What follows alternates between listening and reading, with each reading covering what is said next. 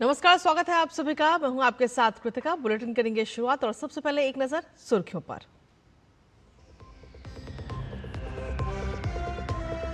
Kota Bundi greenfield airport का शिलान्यास आज प्रधानमंत्री नरेंद्र मोदी करेंगे समारोह को संबोधित। लोकसभा अध्यक्ष ओम बिरला और केंद्रीय उड्डयन मंत्री राम मोहन नायडू रहेंगे मौजूद।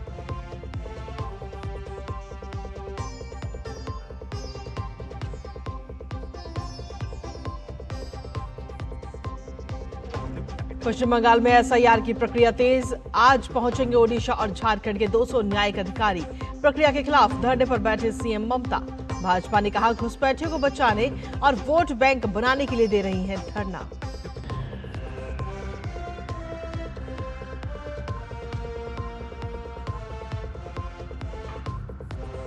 नेपाल के आम चुनावों में पूर्व रैपर बालेन शाह की राष्ट्रीय स्वतंत्र पार्टी की बम्पर लीड। शुरुआती रुझानों में 100 से ज्यादा सीटों पर आगे। ओली समेत दिग्गज नेताओं की हालत पस्त।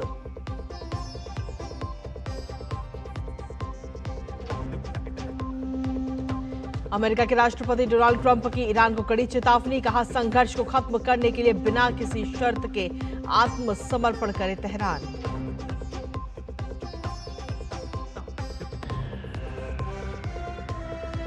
और एएफसी महिला एशियाई कप में आज भारतीय फुटबॉल टीम के सामने होगी जापान की मजबूत चुनौती। पहले मैच में वियतनाम से 1-2 की हार के बाद भारत के लिए अहम मुकाबला।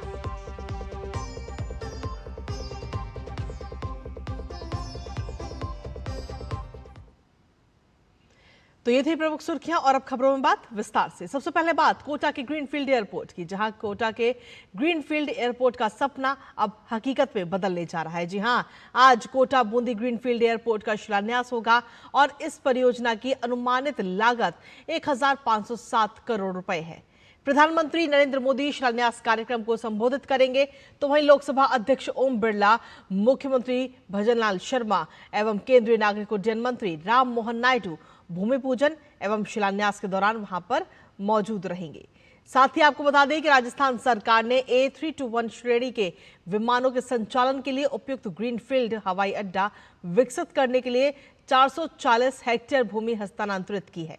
इस परियोजना में 20,000 वर्ग मीटर के क्षेत्र में एक टर्मिनल भवन का निर्माण किया जाएगा, जो व्यस्त समय के दौरान 1000 यात्रियों को संभालने में सक्षम होगा और जिसकी प्रति वर्ष यात्री वहन क्षमता 20 लाख होगी। केंद्रीय गृह एवं सहकारिता मंत्री अमित शाह आज उत्तराखंड के दौरे पर रहेंगे, जहां वो कई कार्यक्रमों में हिस्सा लेंगे। उत्तराखंड सरकार के 4 वर्ष पूरे होने के अवसर पर नूतन न्याय संहिता विषय पर राज्य स्तरीय प्रदर्शनी का उद्घाटन व अवलोकन अमित शाह आज करेंगे और इसके बाद वो भाजपा कोर कमेटी की बैठक में भी हिस्सा लेंगे।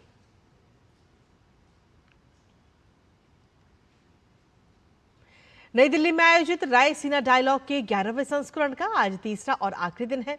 इस वर्ष की थीम संस्कार, दावा, समायोजन, उन्नति है, जो वैश्विक चुनौतियों के बीच सभ्यतागत निरंतरता, अनुकूलन और प्रगति पर केंद्रित है। भारत के प्रमुख भू राजनीति और भू अर्थव्यवस्था सम्मेलन रायसीना डायलॉग में आज कई विशेष सत्र होंगे, जिसमें कनाडा, यूनाइटेड किंगडम, नीदरलैंड्स और भारत के प्रमुख सैन्य और सुरक्षा अधिकारी विचारों का आदान प्रदान करेंगे।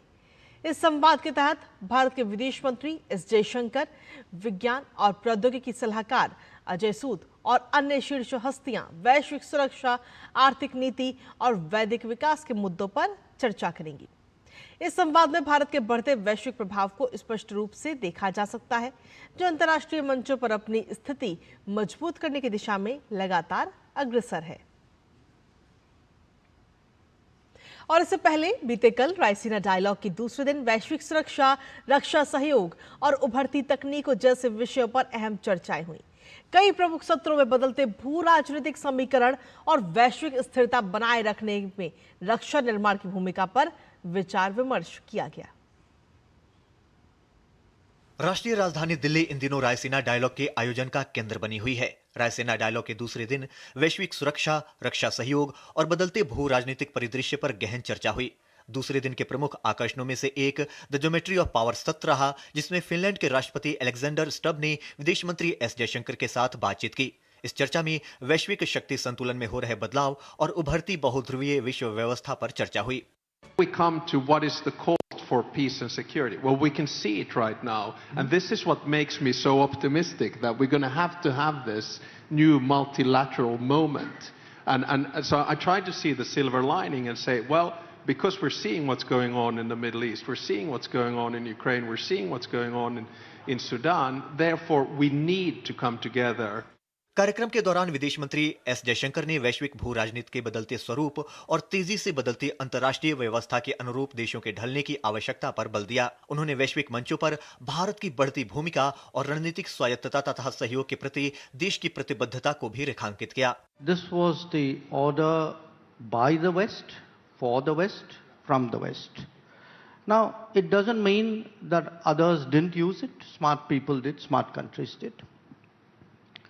But when we look back at these 70 years, I think the expectation that we can freeze a 1945 or a 1989 forever was a very unrealistic one. एक अन्य महत्वपूर्ण सत्र शांति के निर्माता उदारवादी व्यवस्था के लिए आयुध कारखाने में वैश्विक स्थिरता बनाए रखने में रक्षा निर्माण और सैन्य तैयारी की भूमिका पर चर्चा की गई। इस सत्र में उद्योग जगत के प्रतिनिधियों और सैन्य नेतृत्व ने भाग लिया, जिनमें भारत के नौसेना प्रमुख दिनेश त्रिपाठी भी शामिल हुए। What has come out certainly loud and clear as we have monitored what's happening around the globe, especially in the last 3-4 years, that this idea of short and decisive wars may have questions put across. Thought process going on that what we thought of the post-Cold War peace dividend, that I think has certainly ended.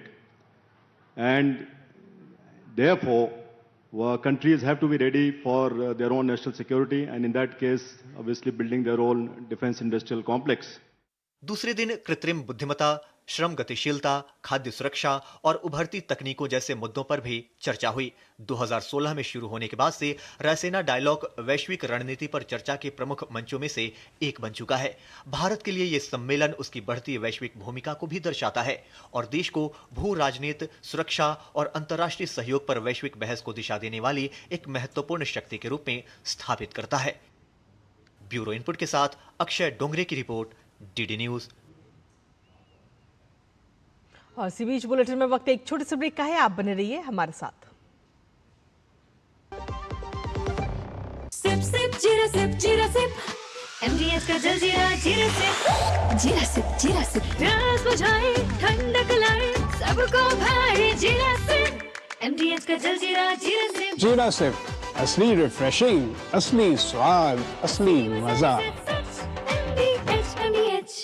जरा सी हंसी दुलार जरा सा, the taste of India, जरा सी अनबन प्यार जरा सा, the taste of India, यही तो अमूल है स्वाद इंडिया का, यही तो अमूल है। the taste of India, taste of India। गांव में आया नया हीरो, खरपतवार का डर हुआ जीरो, अब खेती का काम होगा खास जब ये सुपरस्टार होगा हर किसान के पास। गांव का superstar steel MH210 power weeder, steel उपकरण लाए परिवर्तन। Video call. मैं सीनियर इंस्पेक्टर काली पहाड़ी चौकी से। यस, आपके पार्सल में ड्रग्स मिले हैं। ड्रग मैंने आपको अरेस्ट किया जाता है। यदि बचना चाहते हो तो 2 लाख रुपए। ये फोन पे कौन अरेस्ट करता है? तुम पुलिस नहीं है और हम बोगा मतलब मूर्ख नहीं है। यूपीआई कहता है अगर कोई नकली पुलिस बन के आपको भी कॉल करे और डराए तो कहो मैं मूर्ख नहीं।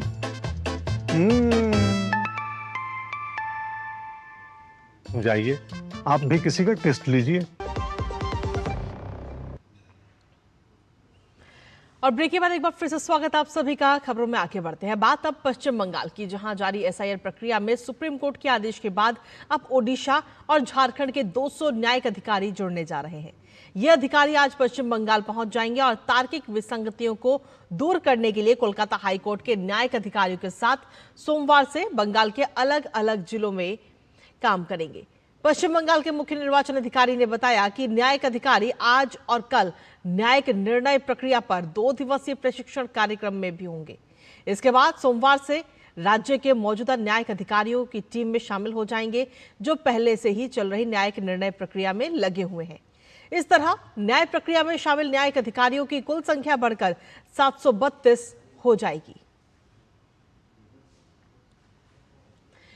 और झारखंड में ओडिशा से आने वाले इन 200 न्यायिक अधिकारियों में से अधिकांश को कोलकाता में तैनात किया जाएगा, जबकि कुछ को पूर्वी मिदनापुर जिले के बर्धमान, पश्चिमी वर्धमान जिले के आसनसोल, पश्चिमी मिदनापुर जिले के खड़गपुर और दार्जिलिंग जिले के सिलीगुड़ी जैसे अन्य प्रमुख शहरों में भी तैनात किया जाएगा। तो वहीं मुख्य चुनाव आयुक्त ज्ञानेश कुमार की अध्यक्षता में चुनाव आयोग की पूर्ण पीठ 8 मार्च को कोलकाता पहुंचेगी और अगले 2 दिनों में न्यायिक प्रक्रिया के साथ साथ आगामी विधानसभा चुनावों की तैयारियों की भी समीक्षा करेगी। और इन सब के बीच ममता बनर्जी एक बार फिर से इस प्रक्रिया के खिलाफ धरने पर बैठी हैं।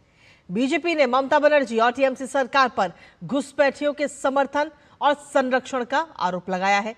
भाजपा नेता शुभेंदु अधिकारी ने मुख्यमंत्री ममता बनर्जी पर सीधा निशाना साधा है। ममता बनर्जी जो कर रहा है ये काम देश विरोधी काम, संविधान विरोधी काम, उन्होंने पश्चिम बंगाल का हित में नहीं कर रहा है। ये जो घुसपैठिया बांग्लादेशी मुस्लिम रोहिंगा ये आकर हमारा खाना छीन रहा है, लैंड जिहाद कर रहा है, बेटी को उठा लेकर जा रहा है, धर्म परिवर्तन का काम कर रहा है, हमारी मंदिर को तोड़ रहा है, हमारी मूर्ति को तोड़ रहा है, ये लोग को संरक्षण देने के लिए धरना प्रदर्शन कर रहा है। ममता बनर्जी इस बार जाने वाला है, मूल सहित तृणमूल को उखाड़ फेंकने का काम बंगाल का जनता करे। और इन सबके बीच पश्चिम बंगाल की ममता सरकार पर महंगाई भत्ते को लेकर टाल मटोल करने का भी आरोप है। राज्य सरकार के कर्मचारियों को महंगाई भत्ते का भुगतान करने को लेकर सुप्रीम कोर्ट के आदेश को 1 महीने का समय बीत गया है। बावजूद इसके ममता बनर्जी सरकार डीए का भुगतान को लेकर टालमटोल कर रही है। दरअसल 5 फरवरी को सुप्रीम कोर्ट ने राज्य सरकार को तत्काल 25% डीए भुगतान करने का निर्देश दिया था, लेकिन राज्य सरकार ने सुप्रीम कोर्ट के फैसले पर पुनर्विचार की मांग करते हुए एक आवेदन दायर किया, जिसमें डीए भुगतान के लिए दिसंबर तक का समय मांगा गया। अब इस मुद्दे ने राजनीतिक रंग भी ले लिया है। हाल ही में केंद्रीय गृह मंत्री ने राज्य दौरे के दौरान कहा कि आगामी विधानसभा चुनाव में यदि भाजपा सत्ता में आती है तो 7वां वेतन आयोग गठित कर केंद्र के समान दर पर डीए दिया जाएगा। इसके साथ ही उन्होंने भरोसा दिलाया कि सत्ता में आने के 45 दिनों के भीतर यह फैसला लागू किया जाएगा। कर्मचारियों के संगठनों का कहना है कि सरकार की देरी का जवाब कर्मचारी चुनाव में देंगे। बीते कुछ वर्षों में भारत ने कई देशों के साथ नई व्यापार साझेदारियों पर हस्ताक्षर किए हैं। इन नए समझौतों से भारत में युवाओं और उद्यमों के लिए लगातार नए अवसर भी पैदा हो रहे हैं। और इसी कड़ी में बीते दिसंबर में भारत और न्यूजीलैंड के बीच मुक्त व्यापार समझौते को अंतिम रूप दिया गया था। आखिर क्या है इस खास समझौते के फायदे, इस रिपोर्ट के जरिए आपको दिखाते हैं।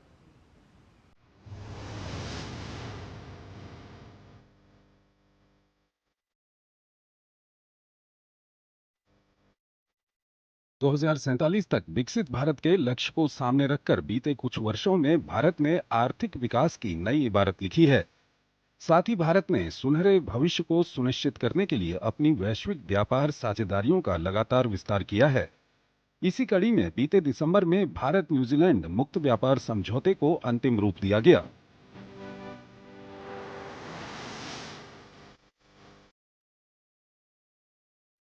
ये समझौता न्यूजीलैंड को होने वाले 100% भारतीय निर्यात पर शुल्क समाप्त करता है। साथ ही इस समझौते में दीर्घकालिक आर्थिक और रणनीतिक सहयोग की मजबूती के लिए अगले 15 वर्षों में $20 अरब के निवेश की प्रतिबद्धता भी है। कृषि उत्पादकता साझेदारी के जरिए ये समझौता किसानों के साथ सहयोग को बढ़ावा देकर उनकी उत्पादकता में वृद्धि के लिए भी अहम साबित होगा। इस FTA के तहत वस्त्र, चमड़ा, जूते, रत्न और आभूषण, इंजीनियरिंग उत्पादों के अलावा प्रसंस्कृत खाद्य पदार्थों जैसे श्रम प्रधान क्षेत्रों के लिए जीरो ड्यूटी लागू होने से MSME और रोजगार को खूब बढ़ावा मिलेगा। ये भारत के सबसे तेजी से संपन्न होने वाले FTA समझौतों में से एक है। दोनों देशों के बीच मार्च 2025 में FTA की वार्ताओं की घोषणा की गई थी, जिसके बाद दिसंबर तक समझौते को अंतिम रूप दे दिया गया। इस दौरान कई दौर की बातचीत हुई, जिनमें दोनों देश द्विपक्षीय व्यापार को बढ़ावा देने के लिए कई अहम सहमतियों पर पहुंचे। न्यूजीलैंड के साथ भारत के मुक्त व्यापार समझौते से भारतीय पेशेवरों के लिए भी अवसरों के नए द्वार खुलेंगे। न्यूजीलैंड ने किसी भी देश के साथ पहली बार छात्र गतिशीलता और अध्ययन के बाद कार्य करने के वीजा से संबंधित अनुबंध पर हस्ताक्षर किए हैं। इसके तहत स्टेम स्नातकों और कुशल पेशेवरों को वैश्विक अनुभव के नए अवसर मिलेंगे। समझौते के तहत कुशल भारतीय पेशेवरों के लिए 5000 वीजा का कोटा भी उपलब्ध कराया गया है, जिनमें आयुष चिकित्सक, योग प्रशिक्षक और शेफ के अलावा IT इंजीनियरिंग, स्वास्थ्य सेवा और शिक्षा जैसे पेशे शामिल हैं। इस मुक्त व्यापार समझौते में भारत ने अपने कुछ अहम सेक्टरों के लिए जरूरी सुरक्षा भी सुनिश्चित की है, जिनमें डेयरी और कृषि क्षेत्र प्रमुख हैं। भारत ने 70% से अधिक टैरिफ लाइनों में बाजार पहुंच की पेशकश की है, जिसमें केवल 30% तक तत्काल शुल्क समाप्ति लागू की गई है, जबकि बाकी को चरणबद्ध तरीके से हटाया जाएगा। दूसरी तरफ करीब 30% टैरिफ लाइनों को इससे बाहर रखा गया है। जिन उत्पादों को बाहर रखा गया है उनमें डेयरी, पशु उत्पाद, चीनी, कृत्रिम शहद, सब्जियों के अलावा हथियार और गोला बारूद, रत्न और आभूषण, तांबा और एल्यूमिनियम और उनसे बने उत्पाद भी शामिल हैं। भारत न्यूजीलैंड द्विपक्षीय व्यापार में लगातार बढ़ोतरी देखने को मिल रही है। दोनों देशों के बीच व्यापारिक वस्तुओं का द्विपक्षीय व्यापार 2015-16 में 85.5 करोड़ डॉलर था, जो 2024-25 में बढ़कर करीब 1.3 अरब डॉलर हो गया। 2024-25 में भारत ने न्यूजीलैंड को 71.1 करोड़ डॉलर की व्यापारिक वस्तुओं का निर्यात किया। वहीं 2024 में न्यूजीलैंड को भारत का सेवाओं का निर्यात बढ़कर 63.4 करोड़ डॉलर पहुंच गया। भारत न्यूजीलैंड FTA कई सेक्टरों में भारत को ड्यूटी फ्री या खास पहुंच देता है। इन फायदों से भारत के निर्यात को बढ़ावा मिलने और रोजगार के अनेक नए अवसर पैदा होने की पूरी उम्मीद है। Bureau report, DD news. और इस बीच रुकेंगे छोटे से ब्रेक के लिए, आप बने रहिए हमारे साथ। गांव में आया नया हीरो, खरपतवार का डर हुआ जीरो। अब खेती का काम होगा खास, जब ये सुपरस्टार होगा हर किसान के पास। गांव का superstar steel MH210 power weeder. Steel उपकरण लाए परिवर्तन। अरे रामदयाल, तेरी उपज का क्या हुआ? अरे औने पौने दाम मिल रहे थे इसलिए नहीं बेची। और तुम्हारी उपज? मेरी उपज ये रही मेरे मोबाइल में एकदम सुरक्षित। अरे ये तो कोई रसीद लगती है। कोई रसीद नहीं, डिजिटल रसीद है जो WDRA से पंजीकृत वेयर हाउस में उपज रखने से मिलती है। WDRA भारत सरकार की एक संस्था है जो अच्छे और सुव्यवस्थित वेयर हाउसों को पंजीकृत करता है। अच्छा, अब तुझे इस रसीद का कमाल दिखाता हूँ, चला। देखा, इस रसीद पर बैंक से लोन हो गया। ये तो कमाल हो गया। कमाल तो अभी और भी है भैया। देखो, जब और जहाँ उपज के अच्छे दाम मिलेंगे उपज बेच दूंगा और फिर बैंक का सारा लोन भी चुकता कर दूंगा। अरे वाह। मुन्नी, पापा आप मेरा नया बैग लाए? हाँ, ये रहा तुम्हारा नया बैग। और तुम्हारे लिए झुमके। WDRA का प्रयास, किसानों का आर्थिक विकास।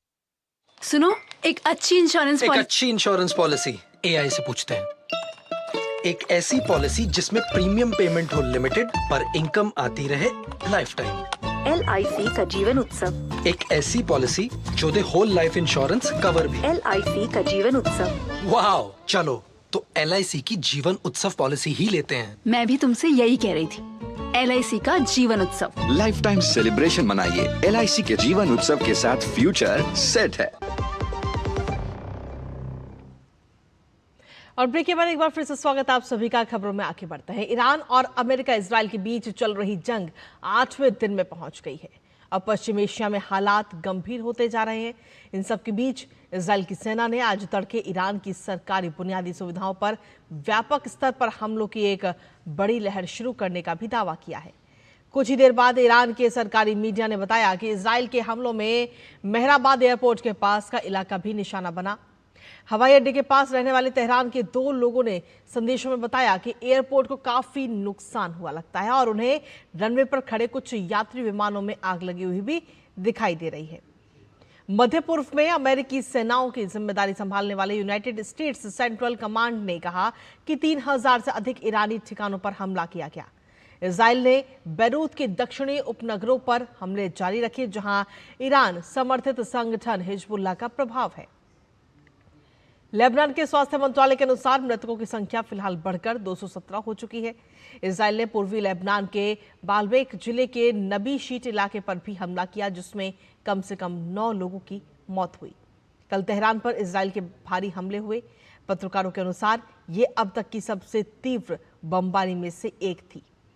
अमेरिका के रक्षा मंत्री पीट हेग्सेथ ने चेतावनी दी कि ईरान पर हमले बहुत तेजी से बढ़ेंगे। तो वहीं इजराइल के सेना प्रमुख इयाल जमीर ने कहा कि उनकी सेना ईरान के आतंकवादी शासन को कुचल रही है। ईरान के स्वास्थ्य मंत्रालय के अनुसार अमेरिका और इजराइल के हमलों में 226 लोगों की मौत हो चुकी है। हालांकि इसकी स्वतंत्र पुष्टि नहीं हो सकी। इन सब के बीच अमेरिका ने राष्ट्रपति डोनाल्ड ट्रंप ने साफ कर दिया कि ईरान के साथ संघर्ष को खत्म करने का एकमात्र तरीका यह है कि तेहरान बिना किसी शर्त के आत्मसमर्पण करे। ट्रंप ने तेहरान के साथ नई बातचीत से भी इनकार कर दिया है। उन्होंने सोशल मीडिया पर लिखा कि ईरान के साथ किसी भी तरह की डील तभी संभव है जब वो अनकंडीशनल सरेंडर करे और इसके बाद एक बेहतरीन नेतृत्व चुना जाएगा। व्हाइट हाउस की प्रेस सचिव कैरोलिन लेविट ने कहा कि जब राष्ट्रपति ये तय कर लेंगे कि ईरान अब अमेरिका के लिए खतरा नहीं है और सैन्य अभियान के लक्ष्य पूरे हो गए हैं, तब ईरान वास्तव में बिना शर्त आत्मसमर्पण की स्थिति में होगा, चाहे वो खुद इसे माने या नहीं। ट्रंप ने यह भी वादा किया कि अगर तेहरान ईरान के सर्वोच्च नेता अयतुल्लाह अल खमेनी की जगह किसी ऐसे व्यक्ति को नियुक्त करता है जो उन्हें स्वीकार्य हो, तो वो देश की अर्थव्यवस्था को फिर से खड़ा करने में मदद करेंगे। वहीं ईरान का हमला लगातार खाड़ी देशों पर जारी है। इराक के कई हवाई अड्डों पर भी हमले हुए, जिनमें बगदाद का वो परिसर भी शामिल है जहां सैन्य अड्डा और अमेरिकी राजनयिक दफ्तर है। बाद में इरबिल शहर में एक होटल के पास विस्फोट हुआ और वहां धुआं उठता नजर आया। कतर ने कहा कि उस पर ईरान ने 10 ड्रोन से हमला किया, जिनमें से 9 को मार गिराया गया। एक ड्रोन खाली इलाके में गिरा। सऊदी अरब ने कहा कि उसने एक क्रूज मिसाइल को रोक दिया। युद्ध शुरू होने के बाद से खाड़ी देशों में 13 लोगों की मौत हो चुकी है। और इन सब के बीच वैश्विक तेल आपूर्ति बाधित होने के डर से कच्चे तेल की कीमतें तेजी से बढ़ गई हैं। खाड़ी में महत्वपूर्ण जलमार्ग हॉर्मुज स्ट्रेट के लगभग बंद होने से तेल की कीमतें पहले से ही बढ़ रही थी और कल वो और ऊपर चली गई। अंतर्राष्ट्रीय मानक ब्रेंट नॉर्थ सी कच्चा तेल 92.69 डॉलर प्रति बैरल तक पहुंच गया, जो एक दिन में 8.5% और पूरे सप्ताह में लगभग 30% की बढ़त है। संयुक्त राष्ट्र के महासचिव एंटोनियो गुटेरेस ने गंभीर कूटनीतिक वार्ता की अपील की और चेतावनी दी कि स्थिति किसी के भी नियंत्रण से बाहर जा सकती है। वहीं कतर की राजधानी दोहा में भारतीय दूतावास ने मौजूदा क्षेत्रीय परिस्थितियों को देखते हुए भारतीय नागरिकों की सहायता के लिए अतिरिक्त 24 घंटे की हेल्पलाइन शुरू की है। दूतावास ने एक आधिकारिक नोटिस जारी कर बताया कि किसी भी आपात स्थिति या सहायता के लिए भारतीय नागरिक इन हेल्पलाइन नंबरों पर संपर्क कर सकते हैं और यह हेल्पलाइन नंबर है 97455647502। दूसरा नंबर है 97455362508 और तीसरा नंबर है 97455384683। इसके अलावा cons.doha@mea.gov.in पर ईमेल के जरिए भी संपर्क किया जा सकता है। दूतावास ने यह भी बताया कि भारतीय समुदाय की संस्थाएं इंडियन कल्चरल सेंटर और इंडियन कम्युनिटी बेनवोलेंट फॉर्म भी सहायता के लिए हेल्पलाइन और हेल्प डेस्क चला रही है। ये सेवाएं सुबह 9 बजे से रात 9 बजे तक उपलब्ध रहेंगी। दूतावास ने कहा कि ये पहल भारतीय समुदाय के सहयोग से शुरू की गई ताकि कतर में रह रहे भारतीयों को किसी भी स्थिति में त्वरित मदद मिल सके। खबर है कि ईरान और इजराइल अमेरिकी संघर्ष के बीच भारत ने 1 मार्च को केरल के कोच्चि में ईरान के एक जहाज को आपातकालीन डॉकिंग की अनुमति दी थी। इसके साथ ही चालक दल के 183 सदस्यों के रहने की व्यवस्था भी भारत सरकार द्वारा की गई। सरकारी सूत्रों के अनुसार तकनीकी खामी का हवाला देते हुए 28 फरवरी को ईरान ने भारत से अपने जहाज आइरिस लावर को शरण देने का अनुरोध किया था, जो अंतर्राष्ट्रीय फ्लीट समीक्षा के क्षेत्र में मौजूद था, जिसके बाद 1 मार्च को डॉकिंग यानी कि रुकने की अनुमति दी गई। खबर है कि फिलहाल 183 सदस्य क्रू मेंबर्स कोच्चि में नौसेना की सुविधाओं में ठहरे हुए हैं। और खबरों में आगे बढ़ते हुए बात अब खेल जगत की। AFC महिला एशियाई कप आज भारतीय महिला फुटबॉल टीम का सामना जापान से होगा। पिछले मैच में वियतनाम से मिली हार के बाद भारतीय महिला टीम की जापान के खिलाफ रक्षात्मक मजबूती और जवाबी हमले की रणनीति की कड़ी परीक्षा होगी। ये मुकाबला भारत के लिए क्वार्टर फाइनल की उम्मीदों को बनाए रखने और 2027 फीफा महिला विश्व कप क्वालिफिकेशन की राह में बने रहने के लिए काफी महत्वपूर्ण है।